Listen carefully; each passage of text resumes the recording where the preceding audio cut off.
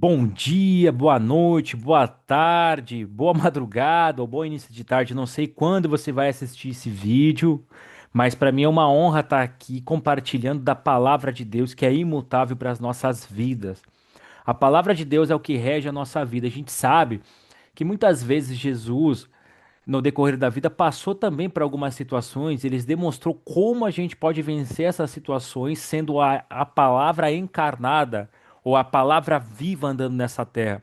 E através do exemplo dele, a gente pode aprender muitas coisas relacionadas a isso e dentro disso fazer aplicações para essa nova vida que a gente tem nele. Por quê?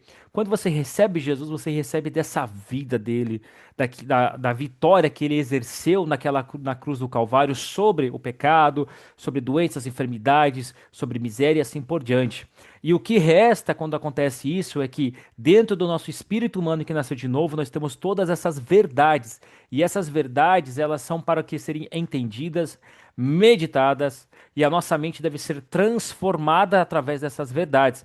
Então eu quero continuar hoje o estudo que eu fiz sobre entender do Mateus capítulo 7, aonde a gente falou ali a partir do versículo 15 em diante, que foi muito bom, foi muito proveitoso.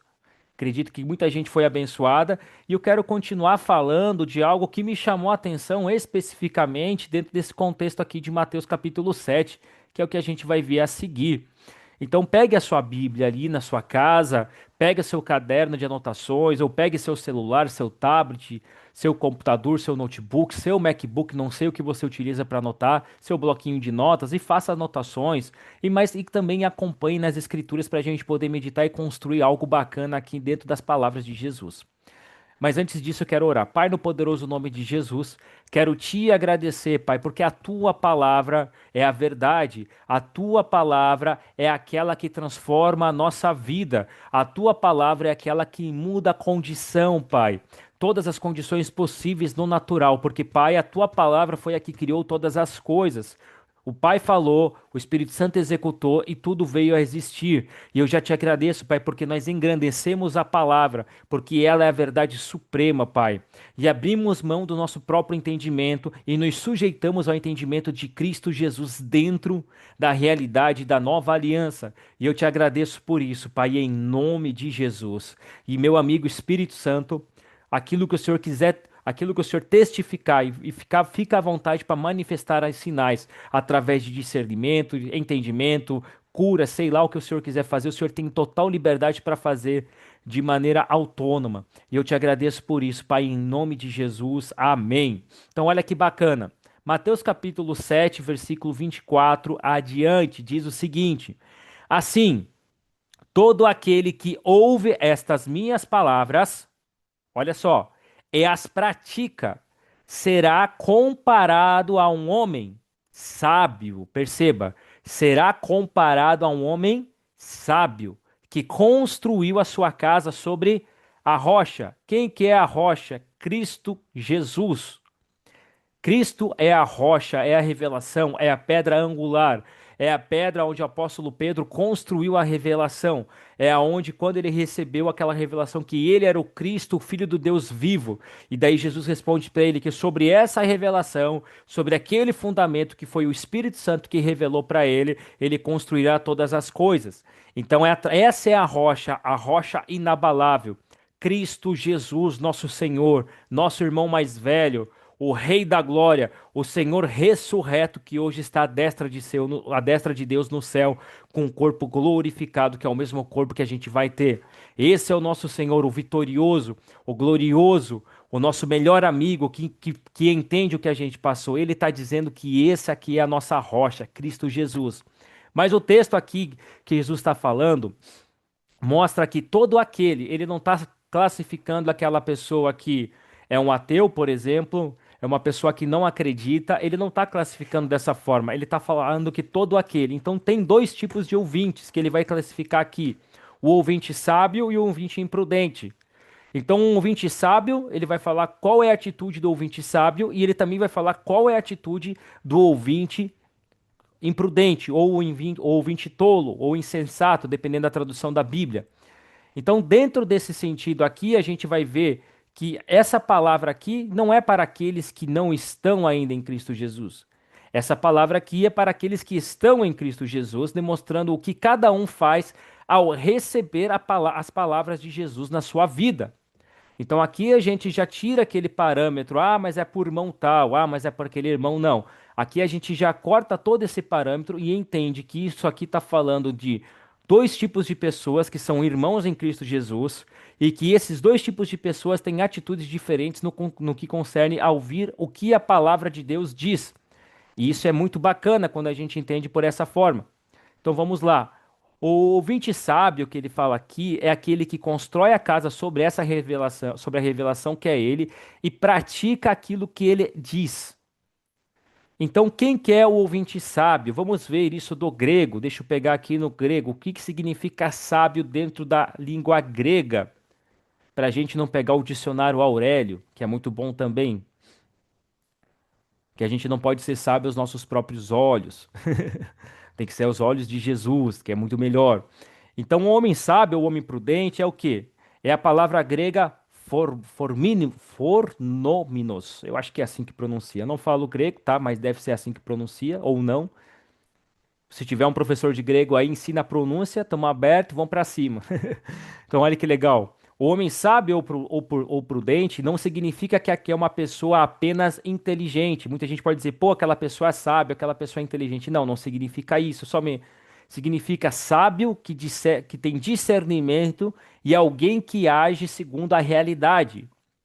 Vamos lá. Aqui Jesus não está elogiando um conhecimento. Ele está elogiando essa pessoa que discerne, que produz um discernimento de ação.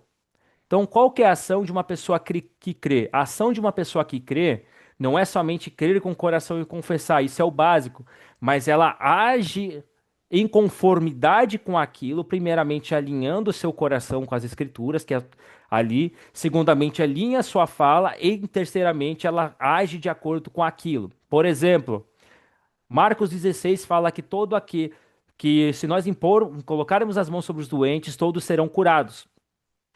Ali diz para a gente impor as mãos. Então vamos lá, a ação é de quem? Daquele que vai e impõe a mão. Dentro dessa ação, a fé está onde? Está envolvida naquele que impõe a mão. Ou seja, ele olhou aquilo e fala, pô, tá falando comigo. E eu creio, então vou impor a mão e o Espírito Santo em mim, através da vida de Deus que habita em mim, a zoe de Deus que habita em mim, que é a vida do próprio Deus, vai fluir através de mim, dentro do meu ventre, que está cheio de água viva, que é um rio de água viva, e vai e vai fluir no corpo doente daquela pessoa e aquela enfermidade vai sair, porque está escrito isso. Então, beleza, ele alinhou o coração, alinhou o entendimento dele e partiu para a ação e impôs as mãos. O que, que aconteceu? Aqui está falando desse tipo de pessoa, pegando o exemplo de cura. É uma pessoa que entendeu no coração, caiu como revelação e partiu para a ação.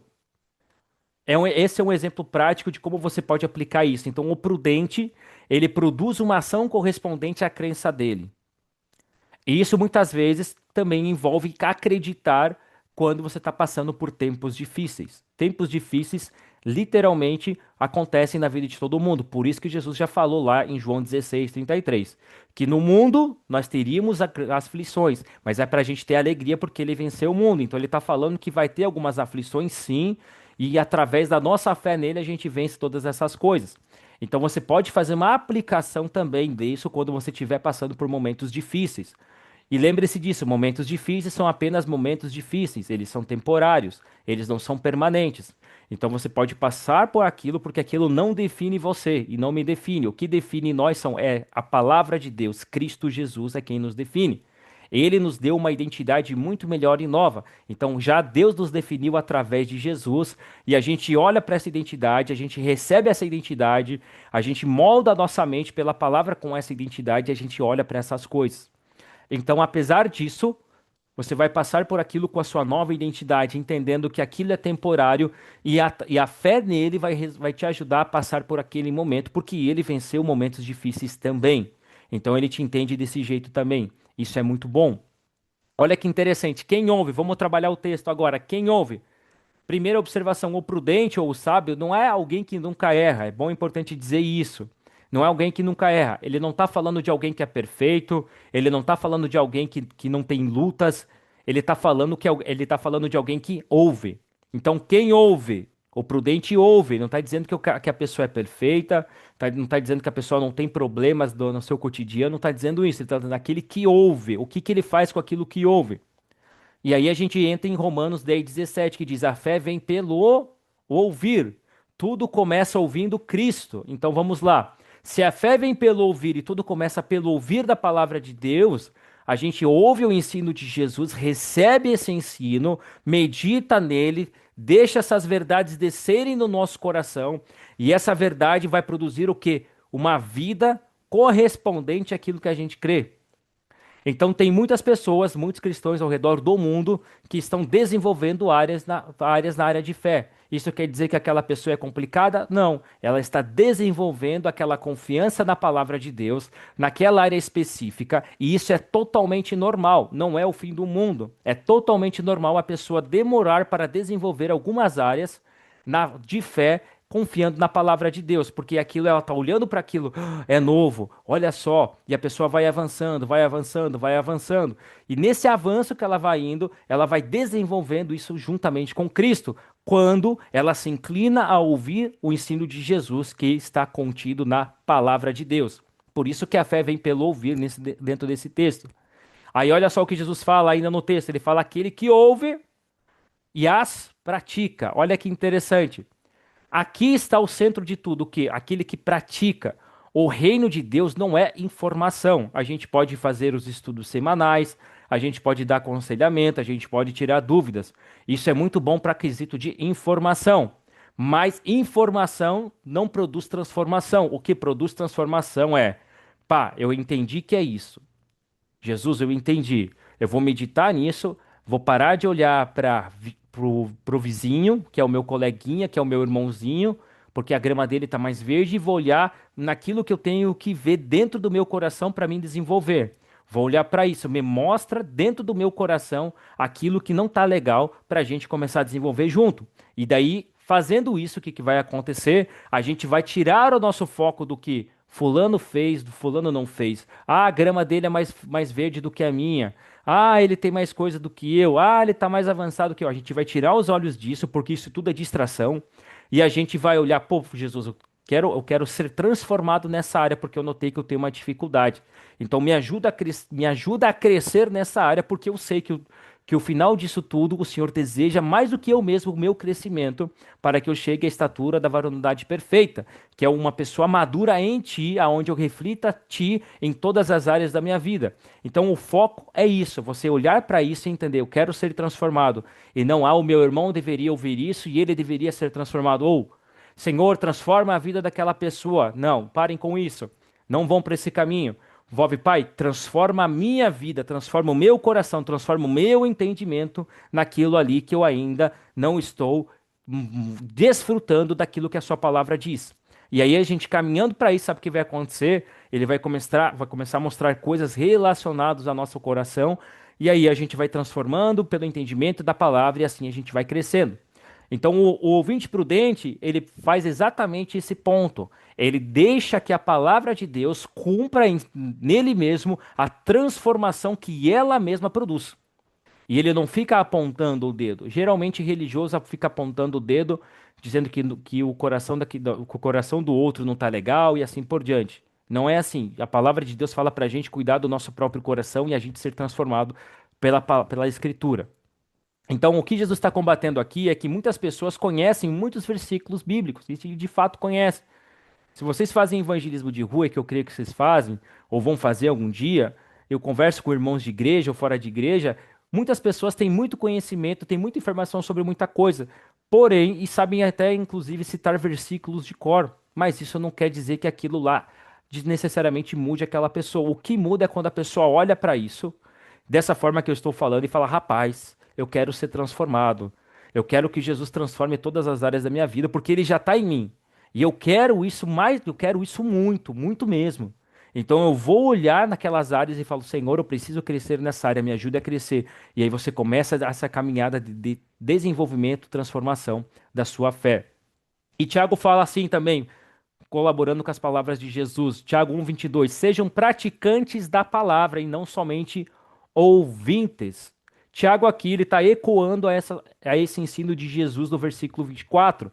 Ele está falando exatamente esse ponto, para a gente ser praticante da palavra e não somente ouvinte. O ouvinte, ele engana a si mesmo, porque ele ouve a palavra, literalmente ele ouve a palavra, e esse ouvinte não é aquele, não, a gente muitas vezes fala que é aquele que ainda não nasceu de novo, não. O ouvinte pode estar dentro das igrejas, inclusive. Ele ouve a palavra e não faz nada com ela. Ele é aquele, é o segundo cara aqui, que é o insensato, é o tolo. É aquele que não discerne essas coisas e somente ouve, mas não faz nada com aquilo que ouve. Esse aí está enganando a si mesmo. Então, se tu tá nesse estado, não sei. Não sou eu para julgar. A palavra de Deus é a verdade absoluta. Reconhe... Medita depois novamente com o Senhor e veja isso, e veja isso com Ele, deixa Ele te mostrar e segue dali em diante com Ele, toca o terror do diabo, que é isso que Ele quer, que você vá, viva e viva essa vida abundante, toca o terror no diabo, cresça, se desenvolva e viva o abundante do Evangelho, que é isso. Amém? A diferença aqui, a que a gente está vendo, não está na casa. Observe algo impressionante. Olha só, Jesus não descreve uma casa bonita e outra feia. Ele está falando de. No texto aqui está falando sobre a construção da casa. A casa tem a casa do prudente e tem a casa do insensato, do tolo. Ele não descreve isso. Ele está falando do quê? Ambas parecem religiosas. Perceba isso no texto. Leia aí todo o texto na sua casa. Ambas parecem corretas, ambas parecem cristãs. A diferença está escondida no fundamento. A diferença está no fundamento. Qual é o fundamento que uma casa foi construída e qual é o fundamento que a outra foi? Uma foi construída sobre a rocha, a outra foi construída sobre um terreno de areia, que é o que o texto mostra. Então a diferença está no fundamento da construção dessa casa. Uma pessoa pode construir a sua casa no ensino de um pastor sem verificar nada nas escrituras, achando que aquilo que um pastor ou sei lá quem pelo YouTube ou pessoalmente, não sei, fala somente a verdade absoluta sem conferir nada e assim levar a sua vida dessa forma, e a outra pode construir no ensino de Jesus, meditando diariamente na palavra de Deus, vendo, conhecendo, entendendo, meditando, pesquisando, conversando com ele, tendo relacionamento com ele. Essa é a grande diferença. A rocha é o próprio Jesus. A rocha não é simplesmente aqui, muita gente é Jesus, mas vamos fazer uma aplicação. A rocha não é simplesmente você frequentar uma igreja congregacional que tem o seu valor por causa da comunhão com os irmãos. Isso é muito bom mesmo. Não estou dizendo que é ruim, não, mas não está embasado nisso. A rocha não é ter uma Bíblia. A rocha não é saber uma doutrina.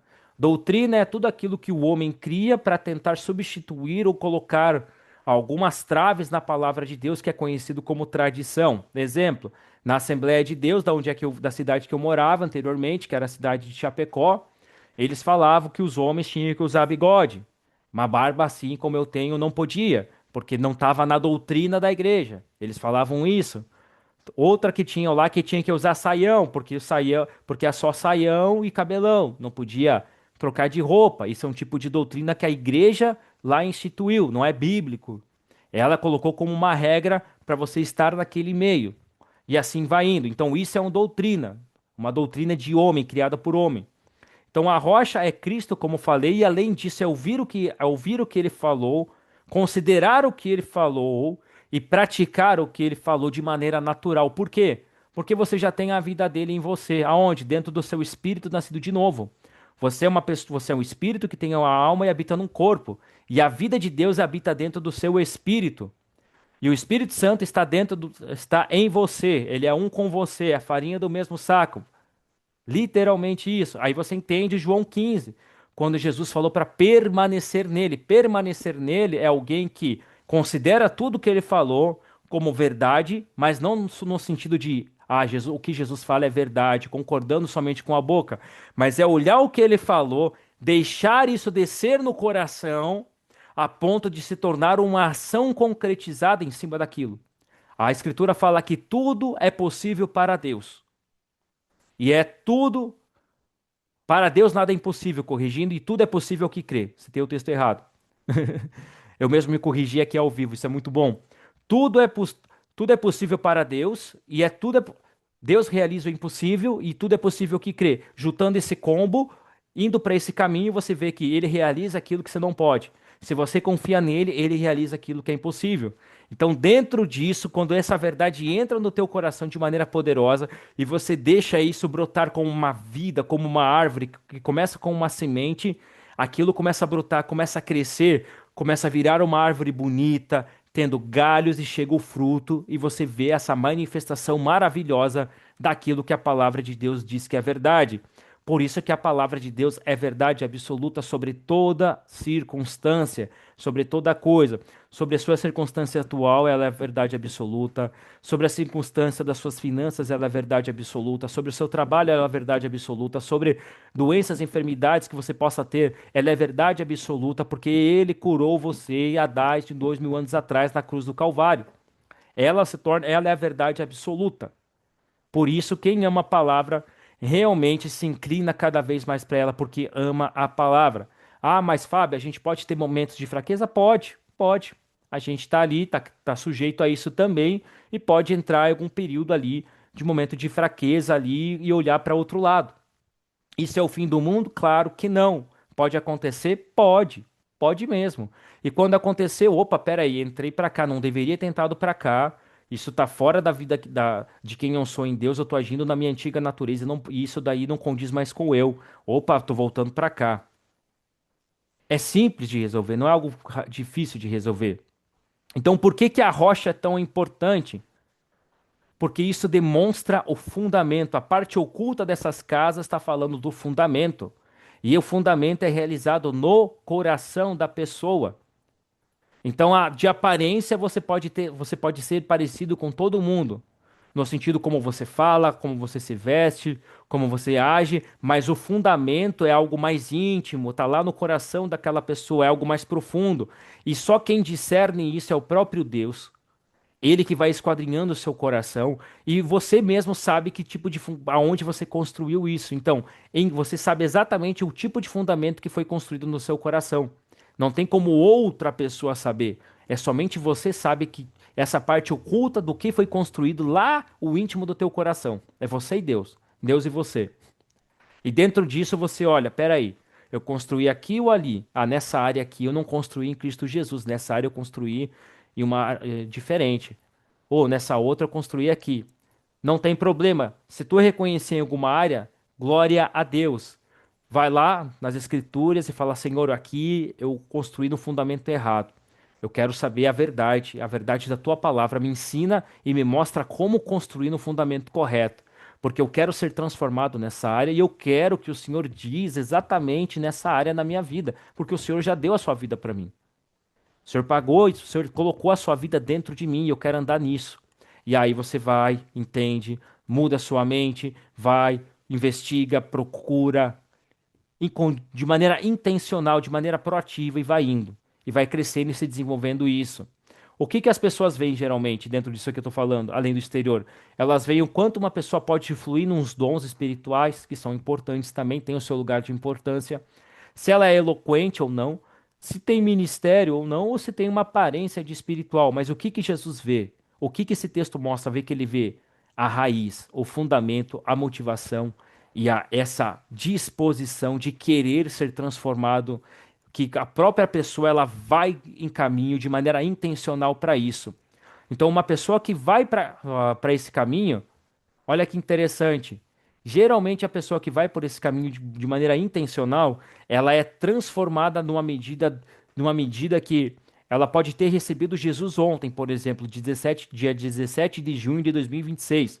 Dali um mês, por causa dessa disposição de querer realmente ser transformada pela palavra, ela pode estar muito mais avançada do que uma pessoa que está há mais de 10 anos dentro de uma congregação, que está lá, que diz que é crente, fala como crente, mas você pode ver que o fundamento do coração dela não está legal.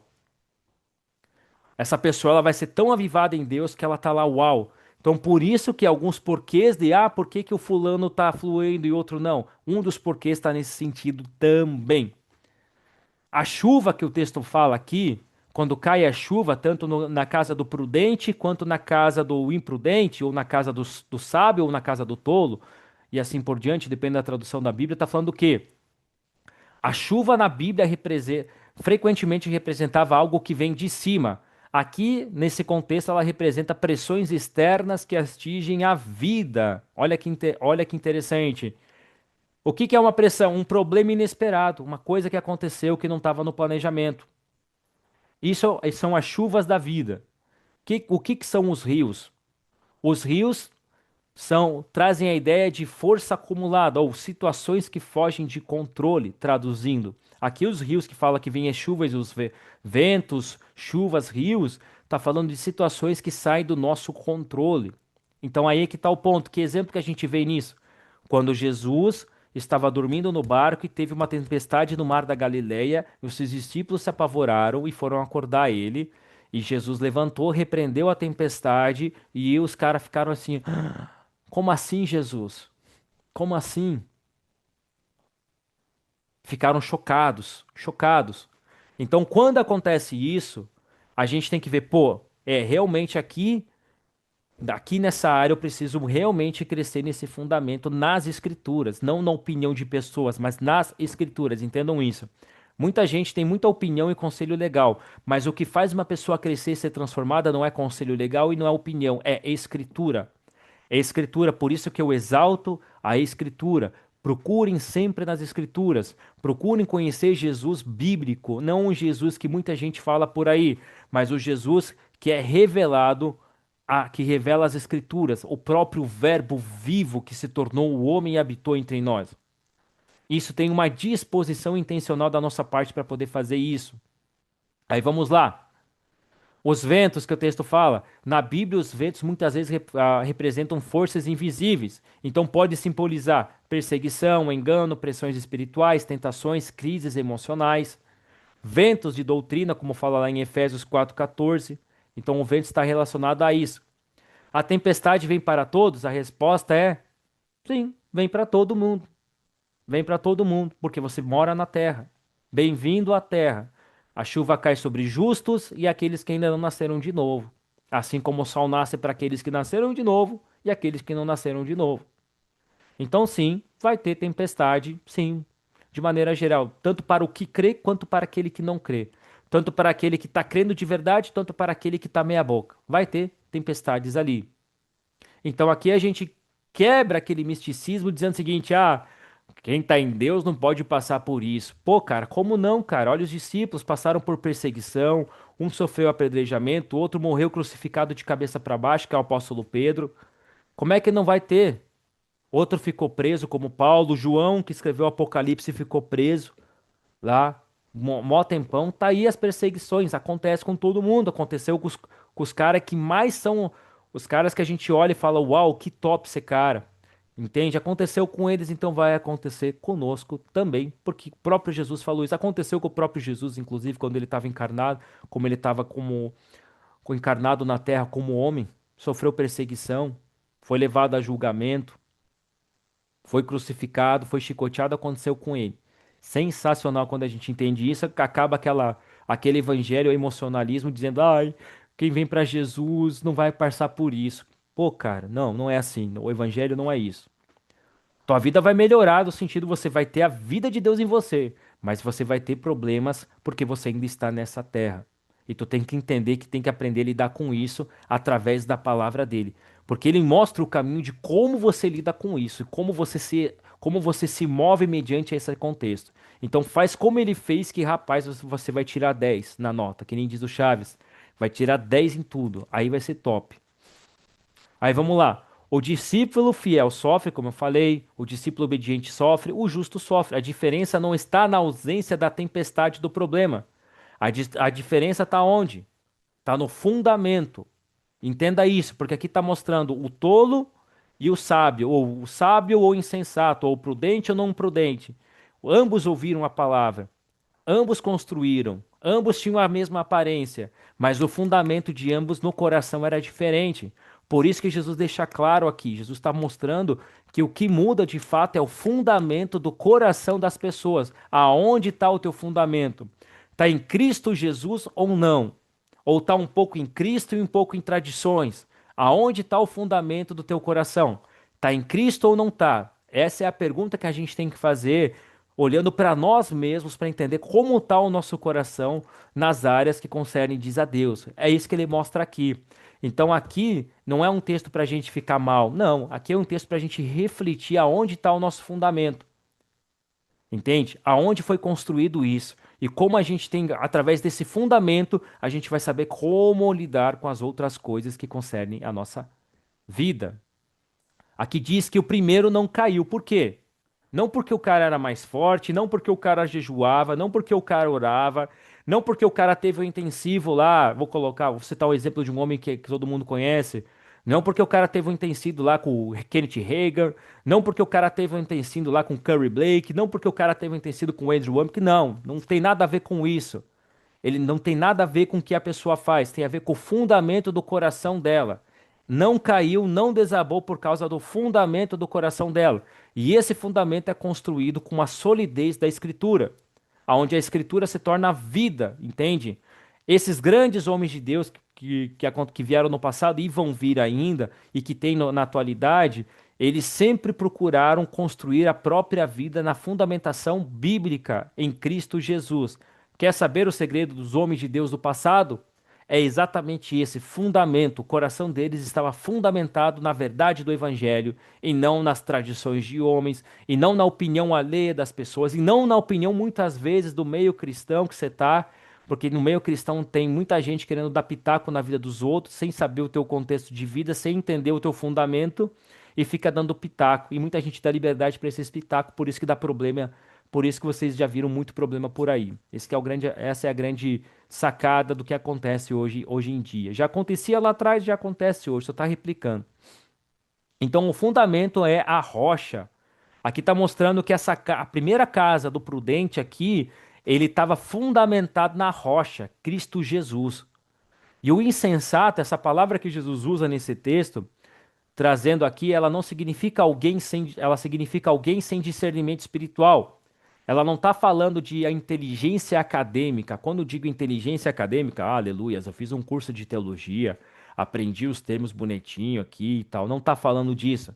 Ele está falando de uma falta de inclinação real à verdade para que aquela verdade que ele diz que tanto ama permita transformar a própria vida, ao invés de ficar olhando na vida na grama do outro. É esse o insensato que Jesus está falando aqui. Ele pode ouvir a palavra, a mesma palavra que nós. Ele pode receber o mesmo convite das bênçãos de Deus. Ele pode ter experiências com o próprio Cristo. Isso que é o mais forte, pode ter experiências com o próprio Cristo. Mas o fundamento dele, na prática ou dela, seja quem for, pode não estar totalmente em Cristo. Entenda isso. Não é a experiência que a gente tem espiritual que define o nosso fundamento. O que define se a gente está bem fundamentado é quando a gente passa por isso. E a gente, pô, passei por isso, eu dei uma resbalada, não está tão fundamentado. Então, Jesus, me ajuda a fundamentar mais na tua verdade nessa área. E assim a gente caminha para isso. O que a gente não pode fazer é querer falar, Senhor, muda o outro, muda o outro. Muda o outro, muda o outro, muda o outro. Não, não pode fazer isso. Porque a gente tem que olhar para a nossa própria vida e desenvolver a nossa própria fé em Cristo Jesus. Para que, sim, desenvolvendo isso, como fala lá em Mateus 7, lá no início, a gente entendendo isso, a gente possa ajudar o nosso irmão de maneira precisa, com a intenção correta. Porque tem muita gente que está cheio de intenções, eu vou colocar entre aspas, boas, mas não está realmente querendo ajudar.